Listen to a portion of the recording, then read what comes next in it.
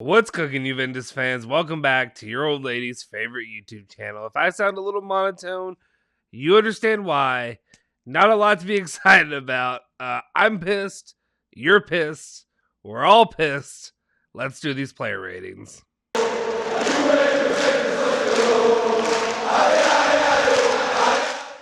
Ciao ragazzi, welcome back to the Bianconeri Zone. My name is Justin Sofro. Today, it's Wednesday, January 12th, 2022. Still going to be weird for me saying 2022 instead of 2021. But here we are doing the Juventus player ratings for the match that was in the Supercoppa Italiana, in which Juventus fell to hated rival Inter 2-1, all because of one man. It's not really true. It's not really one man, but he played a massive role in it. Sandro, of course, giving up that egregious goal by Alexis Sanchez for Inter to go to lose the game, lose the trophy, lose everything. You lost it all, bud. Your time's up. You're done. That's where we sit right now. Anyway. Again, we're all frustrated, but there's a lot going on with this game we can talk about. Before we do anything, though, let me go ahead and just say, hit that like button, smash that subscribe button if you're new to the channel. Also, hit that bell icon to stay notified for all of our latest videos. And also consider joining our member squad. All of our members make all the content that we bring to you each and every day possible. So we appreciate each and every one of them. Okay, some opening thoughts. Really, I kind of got what I said and how a lot of people are feeling. A lot of stuff needs to be, or a lot of things have been said. And a lot of things, a lot of feelings go out negatively toward Alexandro. And I think a lot of those are justified. It's an absolutely egregious seconds of the game and the way that it fell apart. We'll get to him and his rating down the line. Of course, we have a whole list of players to do. But I want to say one thing to be clear, and then I'll do maybe, I always say that I'm going to do the ratings quicker, but I probably won't. But anyway, what I will say, though, is I'll be honest. I felt like the team, given the circumstances the team was in coming into this game and this match, before that final minutes, like I thought the team played pretty well. I'll be honest. This is my personal opinion. A lot of issues, obviously a lot of issues, but given the circumstances of all the players that are missing, Cuadrado, De Ligt, Bonucci didn't play. You have all these players that you're missing, and you're trying to do this makeshift skeleton crew of guys, and you're plugging in, you're playing guys here and there, whatever have you. All the nonsense that went along with it, and then Chiesa being injured, obviously. There were a lot of holes there, a lot of big holes for Juventus. Heck, Dybala didn't get in until the second half. There was a lot of issues that I expected Juventus probably to play a worse game, or to even I don't want to say just get run from the beginning, but I kind of had that feeling. And to go along with that, though, while I felt like they played better than I expected,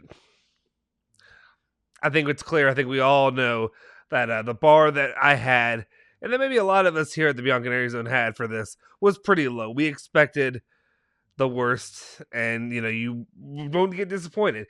Yet somehow there's always a way for Juventus, or just sports in general for me, to surprise you in the last second and make it even worse than you could ever imagine. One of the things also that I really just want to get off my chest, and one of my biggest frustrations, is just when it comes to this club, the way that they struggle. And I understand. And I understand when you're playing against Inter, you're playing against, right now, a much better squad than Juventus is. And it's hard, I take no joy in saying that, but at the same time, they're in a better position. They were left in a better position by Antonio Conte, who, to be honest about that, and then Max Allegri is dealing with what he's dealing with. Injuries on top of also just having lesser quality guys that are taking up spaces in the wage bill right now. But one of the things I want to say that just frustrates the absolute hell out of me is that there's so many Juventus players, and there was just the squad in general. They were time of possession, they were dominated 60-something to 30%, something like that. Really 2-1, and it felt way more than that. I honestly, you could have told me it was 80-20, and I would have bought it. It seems that every single opportunity that any of these players had, they don't understand how to hold on to a ball. It's like it's the first time that they've ever dribbled a ball before, that they've ever, tried to move downfield with the ball. Like every single time, it's just like this thing is just loosely orbiting around them. And then I'm trying to think what game this is. Oh, there was a game. Anyway, I apologize. It's not a good analogy because I can't even think of what game it was. But there was an old game where literally you go up against somebody and then your gravitational pull just automatically pulls it away from whatever. Anyway, whatever. Ignore that stupid phrasing anyway, whatever have you. But that's how it felt. It felt like literally anytime an Inter player even got near a Juventus player that had the ball, ball's gone. Ball's gone. Can't even hold on to it. You're going to try to chase it down? Don't worry. You'll just half-ass it and just walk your bleep over there to try to do it, and then just let him go. Just let him go with the ball. They dominated possession, and that really frustrated me. It just frustrated me that Juventus played like they never knew how to handle a ball. They had no ability to handle the ball, and that's what frustrated me the most, is just seeing, and I kind of knew going into it, obviously, with the lineup that they were playing, guys that aren't exactly the best at it, but it's still frustrating to see that these are professional athletes, and they got nothing. They have absolutely nothing. So you're starting off in a bad situation. It only gets worse. Let's just get into it. I apologize. I've rambled on enough to start this out, and we know how long these take anyway. That's going to be basically my pretty generic how I feel about this game. There were things that were better than I expected. I thought the team actually played overall as a squad fairly well until the final moment. Just getting to it, tied. One other thing I want to say. And then, like I said, I'm going to go through these ratings quick. But the other thing that I'll say, I don't want to be the ref guy. I don't want to be that guy. I don't want to be the guy who's crying because the refs. But holy hell, call the game equally. Just call the gosh. I'm trying not to cuss. Call the dang game equally. If you're going to call that BS with DeCilio, it was still DeCilio's fault, but at the same time, you're going to call that. Give the makeup call to Morata. Even give that BS crap that Bernardeschi was trying to get. One of those. Just give one of them. But every single time it's Juventus. And again, I try not to be a conspiracy theory guy, but there's just a lot of stuff going on right now that just doesn't make sense to me with the way some of those calls are called. Let's not pretend like the Italian league is pristine when it comes to the refs. Anyway, all right, guys. Let's get into it. I apologize. Let me go on with what I want to say in the player rating. So let's go ahead and start off now. And we're going to talk about some of these players. He might be it for me. I think it might be. Mattia Perin, the very first player I have for you today. Mattia Perin, the goalkeeper, after all the nonsense with Wojciech Szczesny not being able to play because he got his booster or whatever have you. Good for him, but weird timing. Really weird timing, not the greatest timing, but I got to give him credit. Mattia Perin, I think, actually gets my man of the match. He played a great game. There's so many opportunities Inter had to score, and he made stops in the most important times possible. Just look at these stats. He had 4 saves. Just listen to him. 4 saves, 1 punch, 3 saves from inside the box. He had 7 accurate long balls and a clearance. He also won 1 aerial duel as well. He had a really good game, and he made some very pivotal stops there. Throughout the whole match, honestly, not just the second half, but definitely in the second half when they were trying to pepper in a few shots here and there. So he gets I'm starting it out hot. He gets my man of the match. I was really, really positively surprised with him, and I was really happy with the performance that he gave today. Moving on, though, we have Mattia DeCilio, who did not, he didn't surprise me as positively. He surprised me in a negative way. He gets a 4 rating for today mainly because of his the instance that really gave up the match, really, when it comes to the nonsense with drawing the penalty or the penalty getting called on him, whatever have you. Anyway, he had 4 clearances, 1 block shot, 2 tackles, 1 penalty committed, 1 dribble pass, 3 ground duels, 1 aerial duel, 1 foul, 2 key passes, and 2 accurate long balls. So again, just really not happy with the way that played out at all. And I understand you could say it was a little bit more BS. I kind of felt that way too, but unfortunately, you could have played that better. All right, let's continue on to Rugani. Rugani, I gotta give him a 6, and I know if you know me and you're on the channel, you know I do not have high praise for Rugani most of the time. He surprised me by a lot. He had a few decent, pretty big plays there. I got to give him credit. He had a lot of clearances. He did well. He held his own, and I feel like Chiellini really boosted him in his performance today. So I give him his props. He was one of the players that I said I felt like the team actually played well today. 10 clearances, 1 block shot, 2 interceptions, 1 tackle, 1 ground duel, 1 aerial duel, 1. He had 3 accurate long balls as well. All right, let's move it on to the next one. That is Giorgio Chiellini, who to me was who was the other top player of the game. Giorgio Chiellini, you know what to expect with Chiellini. He is probably the top center back, I would still say, in the world right now. I don't know. Maybe I'm biased. I'm obviously biased. But at the same time, I still think when he's playing at the top of his game, nobody's better than him. I gave him a 6.5 rating today. 9 clearances, 1 block shot, 3 interceptions, 5 tackles, 6 ground duels, 1 aerial duel, 5 accurate long balls as well. All right. Keep it moving. Alexandro, here we go. And he gets... I know you see it. I know you see the rating. My worst player of the game. Absolutely horrendous. And that play at the end that's what you expect. Okay? That's what I expect from Alexandro at this point. He had like 2 weeks. 2 weeks at the beginning of the season where I was like, holy crap, this kid's actually playing all right. He might actually be serviceable. Wrong. Nope, Alexandro. Your day's a number, my guy. I don't know what else to say. It's unfortunate, but you got to play better than that. You have to keep your head better, and you have to keep your head in a better situation and mind state when you're literally there in the final minute of the freaking overtime that would have led to penalties. Maybe Juventus still would have lost in PKs, but you have a 50-50 shot in that opportunity. Like, this is ridiculous. Anyway, one thing I did want to touch on, one of the real reasons that I also give him a 2 is because Alexandro said this prior to the start of the match.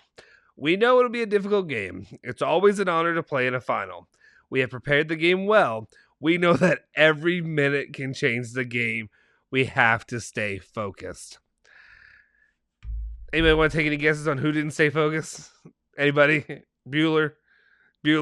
Alexandro, piss poor performance. I'm sorry to say, I know some people may not like it, but it was bad. He had 5 clearances. He did have 4 interceptions. He had his dribble pass. He had an error that led to a goal. 4 ground duels, 2 aerial duels, 18 possessions lost. I'm just going off the big ones. 1 key pass, 2 accurate long balls, 1 shot off target. So, again, he lost us the freaking game. He lost us a trophy. He lost us a game. And there's one thing that we're clear on by now. You played Alexandro for 120 minutes too, Allegri. This is partly on you. You should have put in Luca Pellegrini. I think Luca Pellegrini could have gone. If I was wrong, let me know in the comment section. I may be wrong. Wouldn't be surprised. Wouldn't be the first time. But to me, you have to substitute him in some way or form. Anytime that Alexandro's on the pitch is a chance and an opportunity for another team to beat Juventus. All right, let's continue it on. Let's move on. He gets my least valuable player of the match, so those 2 are out of the way. Mattia Perin gets my MVP. He gets my LVP. Next up is Federico Bernardeschi, who I actually thought played pretty well today. He wasn't great. He wasn't terrible. He was good. He was fine. He had 3 accurate long balls, 2 shots off target, a successful dribble, 5 ground duels, 1. He had 1 block shot, 2 tackles as well. I thought he had a decent performance overall compared to some of the other things that I'd seen out there today. All right, moving on. Let's go with Manuel Locatelli. I gave him a 6 overall rating. Obviously, you can expect a little bit more from Manuel Locatelli sometimes, but again, he was serviceable playing overall. He had 1 key pass, 1 accurate long ball, 1 successful dribble, 5 ground duels, 2 aerial duels, 1. He had 3 tackles as well. And then we go to, and then he gets, it's literally interchangeable between him and Bentancur, but Adrian Rabiot, he gets a 5 rating overall for me. He was the player of the match that I totally forgot about. Was he there? I didn't see him. He was non-existent for most of the game. You could have looked around and you never would have seen him. He contributed 1 key pass, 1 accurate cross, 1 successful dribble, 3 ground duels, 1, 3 aerial duels, 1. And then he actually did, okay, I'll give him credit. He did have 4 clearances as well. and 2 interceptions. So fine, but I just in the moments where it means the most, he's invisible. He's literally invisible out there. I don't know why. But anyway, he gets a 5 rating from me. Okay. Next up, my compatriot, Weston McKennie, the American. He gets a 6.5 rating from me. Splendid goal to open up the scoring for Juventus. Unfortunately, open it up and then it closed right after because that was all the scoring that ended up coming from it. It was a beautiful play, beautiful header. I like to see that, of course. He had 1 goal. He played the entire 120 minutes. He had 1 shot on target, 1 shot blocked, 1 successful dribble, 5 ground duels, 3 aerial duels, 1. He had 4 clearances, 2 interceptions, and 3 tackles as well. So Weston McKennie gets a 6.5 rating from me. Then there's our baby giraffe. The little baby giraffe man, which is Dejan Kulusevski. He wasn't terrible. He wasn't good. It was just right there in the middle for me, honestly, when it comes to Kulusevski. I've seen worse from him. I've damn sure seen better from him. But overall, he gets a 5.5 rating from me for his contributions. He had a shot on target, 1 successful dribble. He had 3 ground duels, 1 aerial duel, 1, and he had 2 tackles as well. The one thing that I have to say, though, it's not just him, it's anybody, though. And I understand a lot of it has to do with our midfield and the situation, the issues ongoing with our midfield for a long time now. But dear Lord, like, is our attack just there's no ball movement at all to really help our attack at all. There's obviously, we talk about creativity, we talk about ball movement, but it just seems like they're just so content to keep that ball in the back third of the field most of the time. Or maybe somewhere, whatever. They just, I don't know. It's so frustrating. I'm also very, very tired right now. I've been up since 4 a.m. So I realized nothing of what I just said was really that clear and coherent. I could edit it out, but I'm going to leave it, guys. This is where I sit right now. If you made it this far in the video, thank you. Leave a comment in the comment section down below. Let me know we got to your incoherent rambling that made no sense. But I appreciate you guys for watching anyway. It's just frustrations, small little frustrations. I know things that aren't going to change until we get better creators out there, and then also a stronger attacker than what we have. Similarly to Kulusevski, give Morata the same thing, 5.5 rating. Could have been worse, could have been better. 1 successful dribble, 2 accurate long balls, 2 ground duels, 1 aerial duel, 1 clearance, 1 interception. But then when it comes to actually getting anything done offensively, nothing. Just kind of a big goose egg. So really, it's just getting the ball in that final third and getting them in a position to do something. One thing I will say is Morata was in position where he should have really gotten a penalty. If you're going to call the penalty, again, for that, what DeCilio did, you should have got what the defender did with him when he went down inside the box. I think that should have been a penalty for Juventus as well. Whatever. All right. Now we get into some of the substitutes right now. We got Archer is the first one up. He's probably was my best substitute that came into the match. I gave him a 6 rating personally. I thought he did well. Again, he's so slow, though. He's so slow. He's such a step slower, where I knew as soon as he had the ball that he was going to get a few guys, just a few Inter guys just swarming him. Ball would be gone, but that happened to every player we have today, honestly. 1 key pass, 2 ground duels, 1 aerial duel, 1 was fouled twice. I don't know why I read that one. And 1 clearance as well.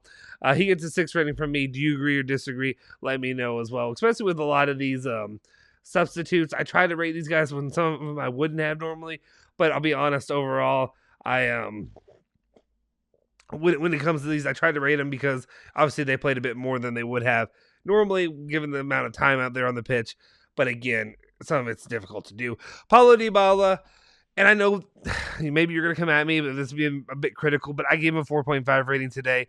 I said at one point in the match, when he came in and he was playing the time that he did, the only thing that came to my mind was, you want that money. You're upset about it. Riva Bene made his comments. There's rumors out there right now about Paulo Dybala potentially moving on to another team, whatever. Today was your moment. I said it plenty of times last season and the season before about Cristiano Ronaldo, where I said, earn your paycheck. Earn your paycheck right now. Just get out there, find a way to make it happen. He had that one shot, which was it was a solid attempt, but outside of that, Paulo Dybala did nothing to really contribute much at all to Juventus's really scoring even possibilities when he was out there. He had a couple touches, but outside of that, really nothing that was really, to me, was really threatening against Inter. He had one shot off target, one shot blocked, one accurate long ball, 3 ground duels won, 1 aerial duel won. And that's what he did for today. But again, I just wasn't really impressed with what I saw from Dybala, especially given that he was rested up enough. I felt like he should have done more. To go along with that is Moise Kean, though. And Moise Kean was just as bad or worse than Dybala. Really, again, obviously not playing for a very long, extended period of time, but at the same time, just more of the same. That final third gets absolutely nothing. And I know a lot of it has to do with, the ball moving from our midfield, getting it to them, creating something for them, but at the same time, he ain't creating anything for himself either. One successful dribble. He only had 6 touches, 2 ground duels, 1. And yeah, that's not a lot to go on there for his rating. And then we had Rodrigo Bentancur, who I was actually surprisingly, again, when my voice is cracked. I don't know why I did that, like I was a teenager again. Anyway, I gave him a 5.5 rating overall. Again, that's how I kind of rate whenever players come in late in the match. You really can only go up. You can go up, but you have to really do a lot to, especially when you're not playing that many minutes, to go that much up. So you start at a 5 and you go from there. He gets a 5.5 rating from me. He was serviceable, is what I could say. He got 6 out of 6 ground duels won, and he had 2 clearances, 1 block shot, an interception, and 5 tackles. So not too shabby, really, for a short amount of time. And then finally, to wrap it up, we get to our head coach, Max Allegri. This one was a hard one for me, I'll be honest. A lot of criticisms lately about Max Allegri, and then you have Landucci and the performance could come back against Roma and all that went along with that. I think when you have a man like Max Allegri as your coach, you expect more from him, obviously. I think you go into this match, you should have expected to win it regardless, because you're Juventus, because of the players that you do have on your roster.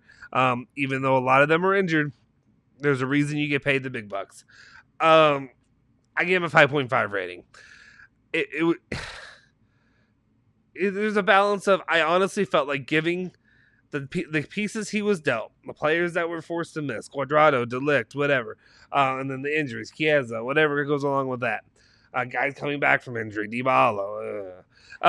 Anyway, given the cards that he was dealt, along with overall for most of the game, I felt like, hey, this is not a bad game. Outside of the first 10 minutes early on, which are pretty ugly, I didn't think it was that bad of a game. That's my honest opinion. I didn't think they played nearly as poorly as I was expecting them to. Otherwise, if they did, my ratings would have been a lot lower for everybody currently. Even you, Alexandro. But the one thing I really got to crush him on, though, is play Alexandro the full 120 minutes. Like, you kind of know what you're getting with Alexandro. You've got to, if you can substitute Luca Pellegrini, you substitute Luca Pellegrini. He's been more serviceable. I've been using that word way too much lately. But he was a better option to me, I feel like, later in the game. Especially guys get tired, guys lose their legs, whatever have you. And then you've got Alexandro, who is a liability in himself. We've seen it over the last few years. So that's where my real big knock on him is. You can probably take more points, but honestly, I think a 5.5 is fair, given what he was able to do for a decent amount of time, or at least the squad was able to do, hold their own against a healthy Inter squad, to be honest. So anyway, those are my ratings. Let me know your thoughts in the comment section down below. I'm sure there'll be a lot of opinions. Guys call me an idiot saying I'm wrong about this or that or whatever have you, and that's fine too. This is a fan site. That's what we do. It's my opinion. I want to hear your opinions as well. Let me know your thoughts on those ratings in the comment section down below. And again, if you got to the point where I sounded like a dumbass, let me know that you got to that point as well. You'll win a reward. Anyway, guys, make sure, if you haven't already, please hit that like button, hit the subscribe button if you liked what you saw here today, as well as not from the team, just from the fun stuff we try to do here on the channel, but also try to make sure you hit that bell icon to stay notified for all of our latest videos. If you haven't already, make sure you follow Bianconeri at Bianconeri on Twitter, Instagram, all that stuff. And follow me if you're feeling like it at Justin Sofro on Twitter as well. I'll see you guys next time. Forza Juve, Forza Bianconeri.